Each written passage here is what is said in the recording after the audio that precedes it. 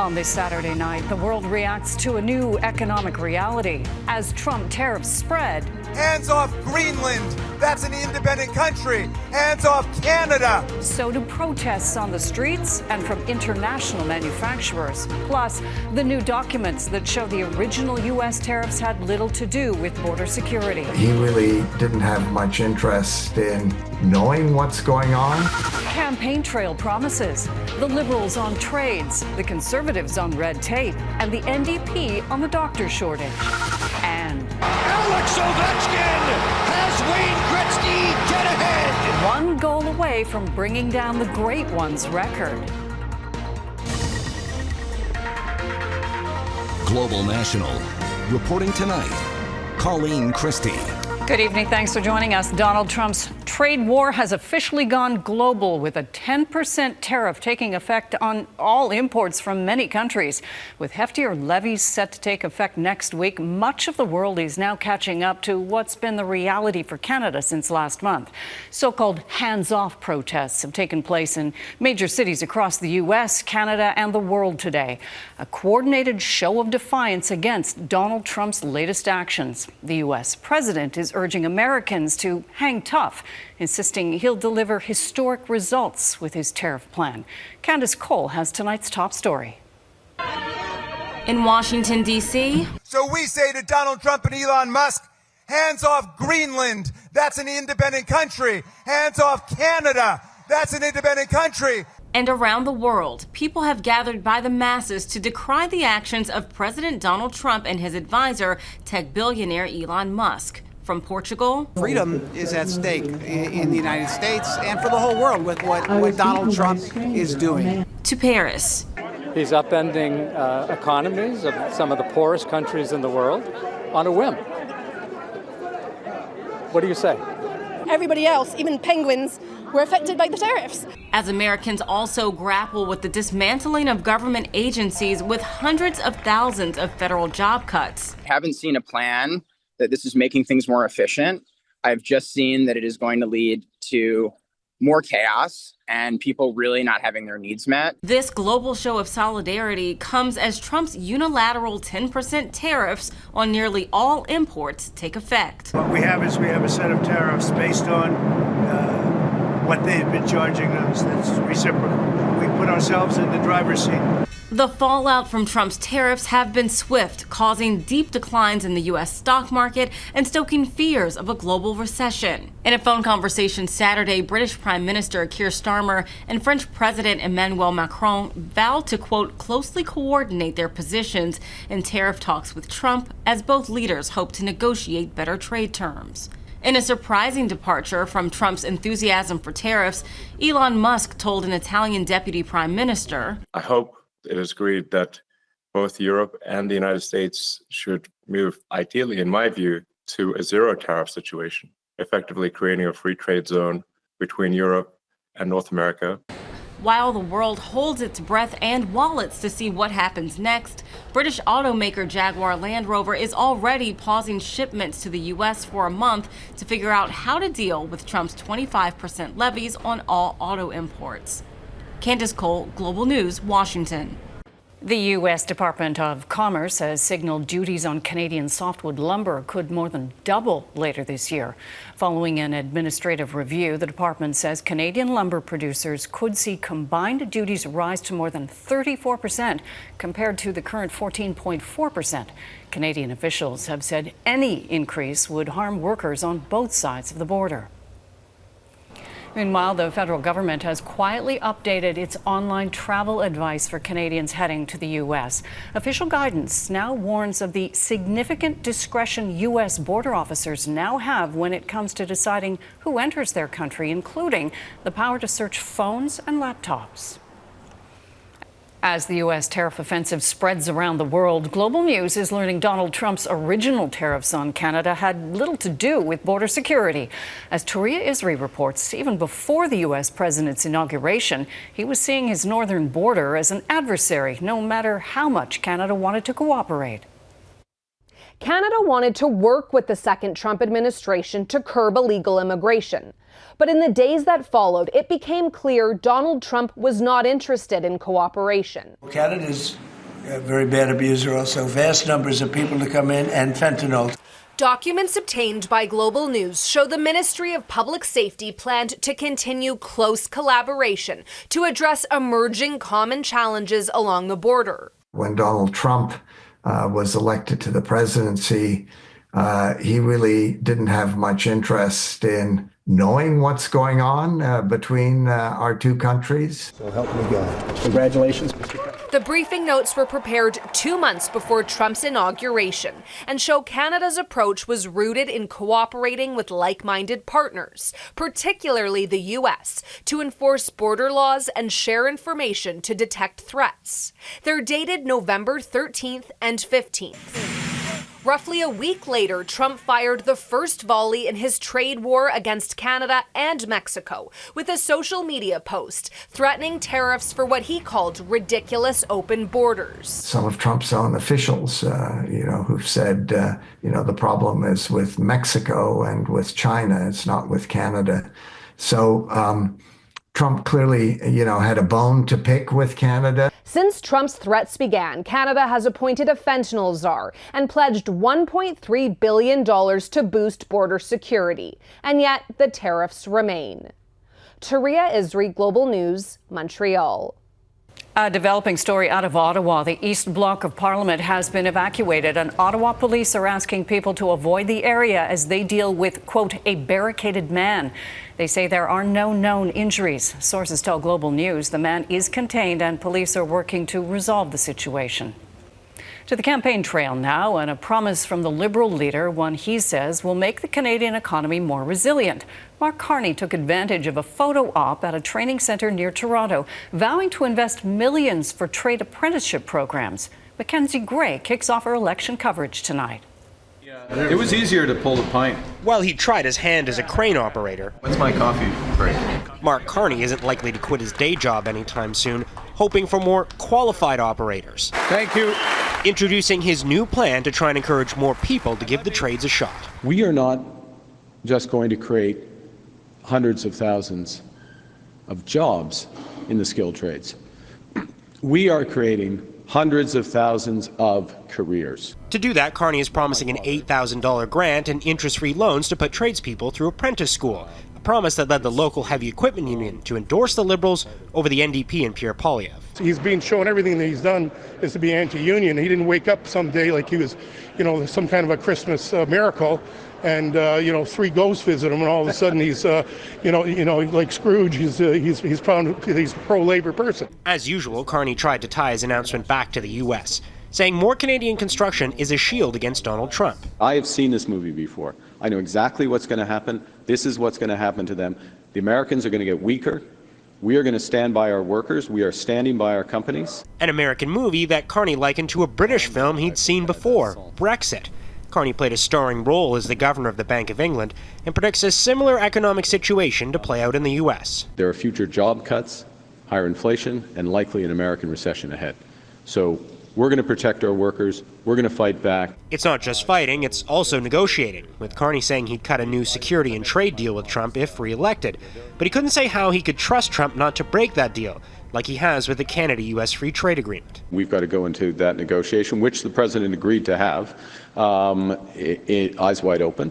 There may need to be more specific penalties as part of that agreement. That's another opportunity. The Carney camp's set to fly back to Ottawa for a half-day break and then travel to Victoria, Colleen, the Liberals' first trip to BC this election. Mackenzie Gray, thank you.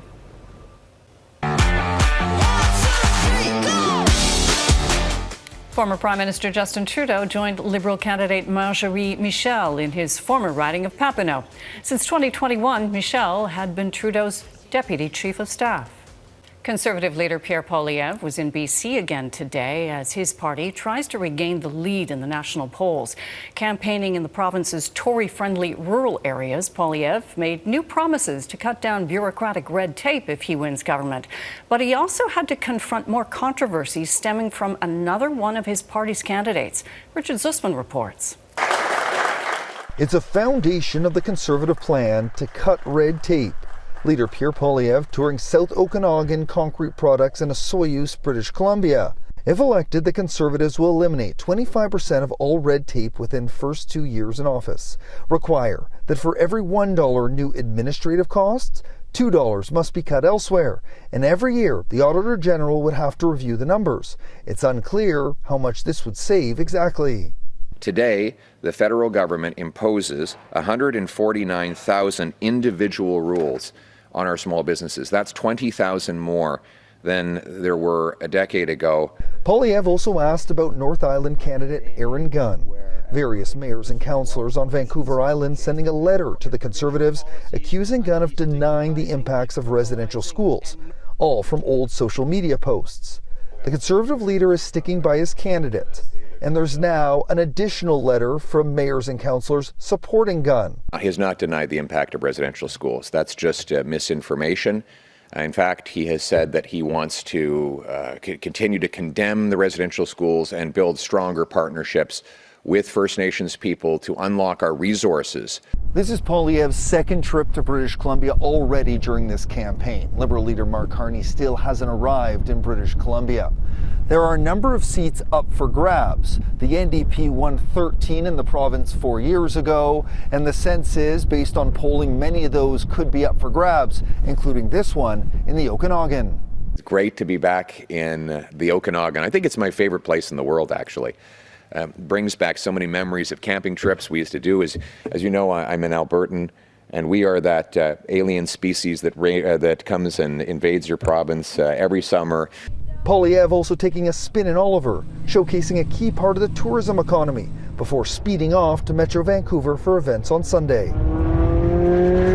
Richard Zussman, Global News, Oliver, BC. The NDP wrapped up the second week of the campaign in Atlantic Canada with bold promises to improve health care. In Newfoundland and Labrador, party leader Jagmeet Singh vowed an NDP government will ensure every Canadian has access to a family doctor by 2030.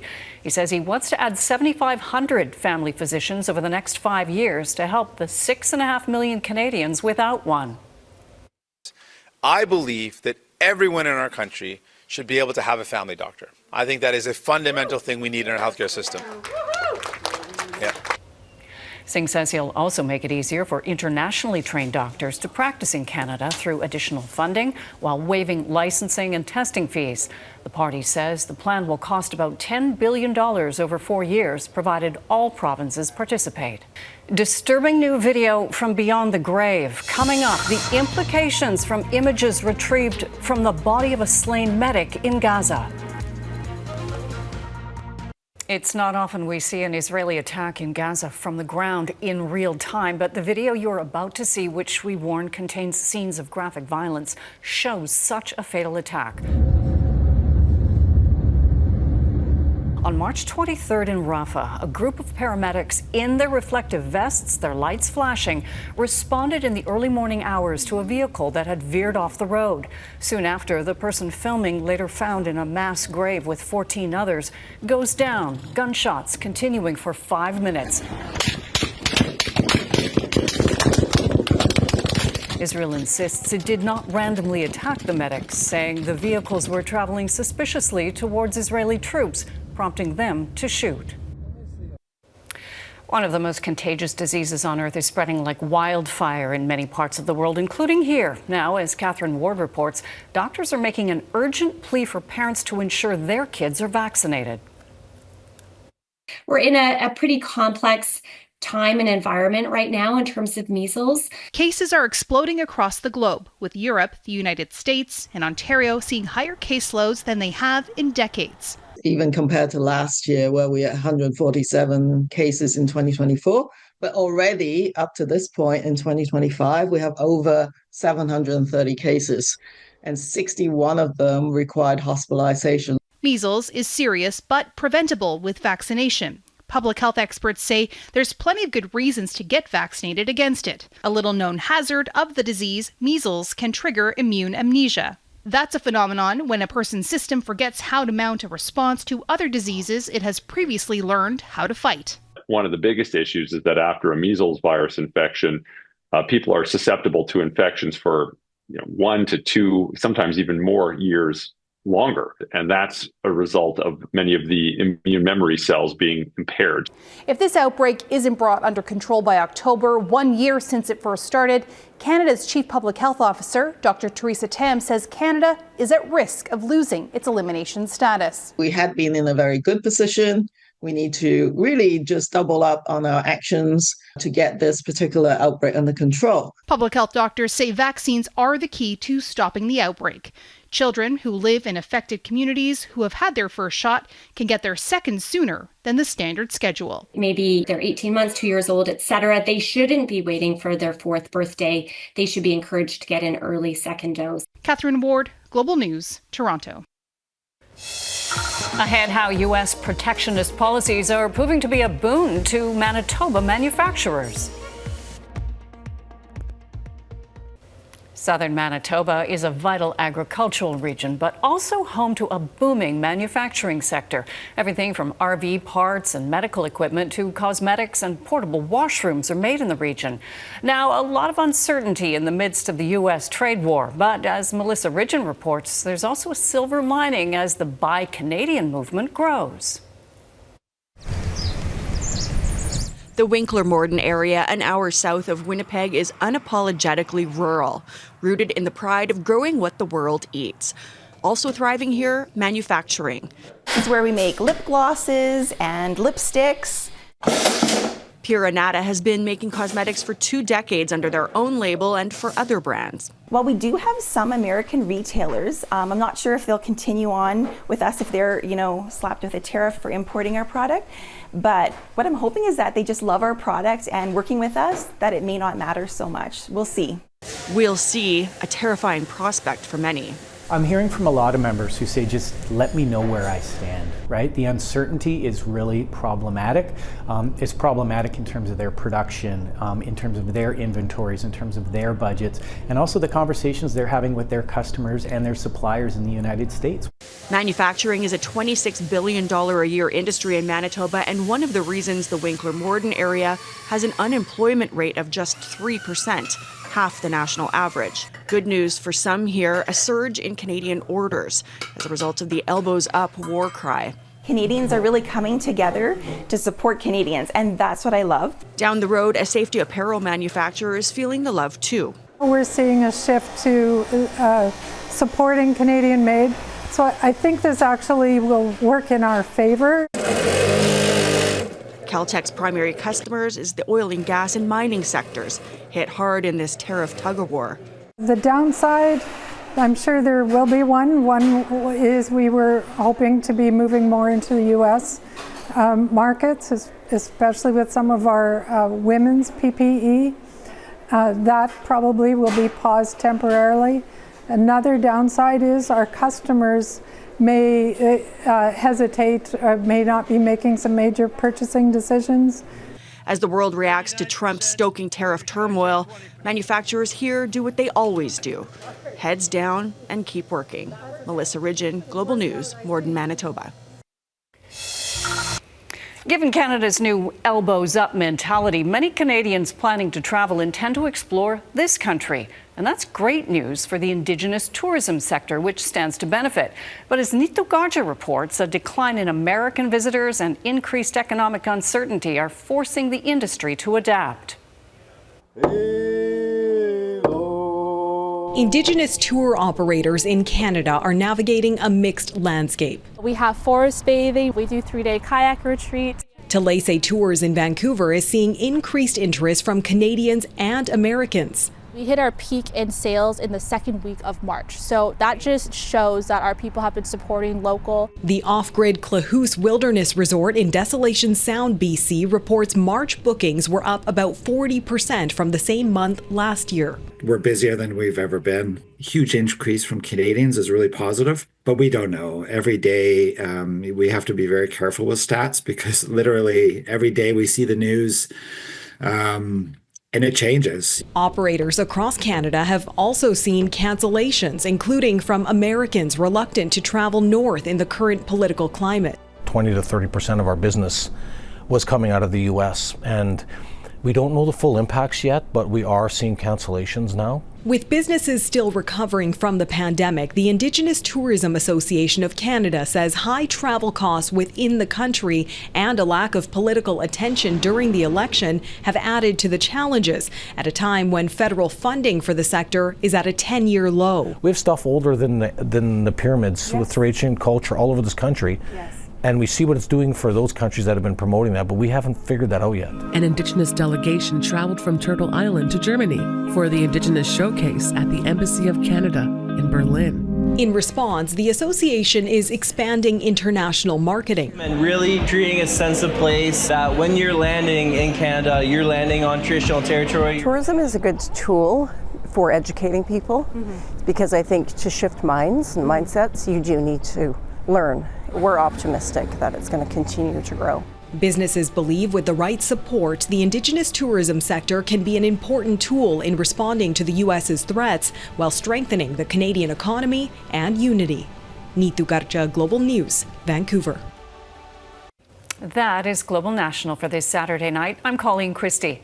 Tonight's Your Canada showcases the Canadian and Yukon flags in Whitehorse, the view from North Pender Island, BC, and some maple leaf art in Gatineau, Quebec. Keep them coming. Send your pictures of Canadian pride to globalnational@globalnews.ca. Thanks for watching. Hope you'll join us again tomorrow. Have a great night.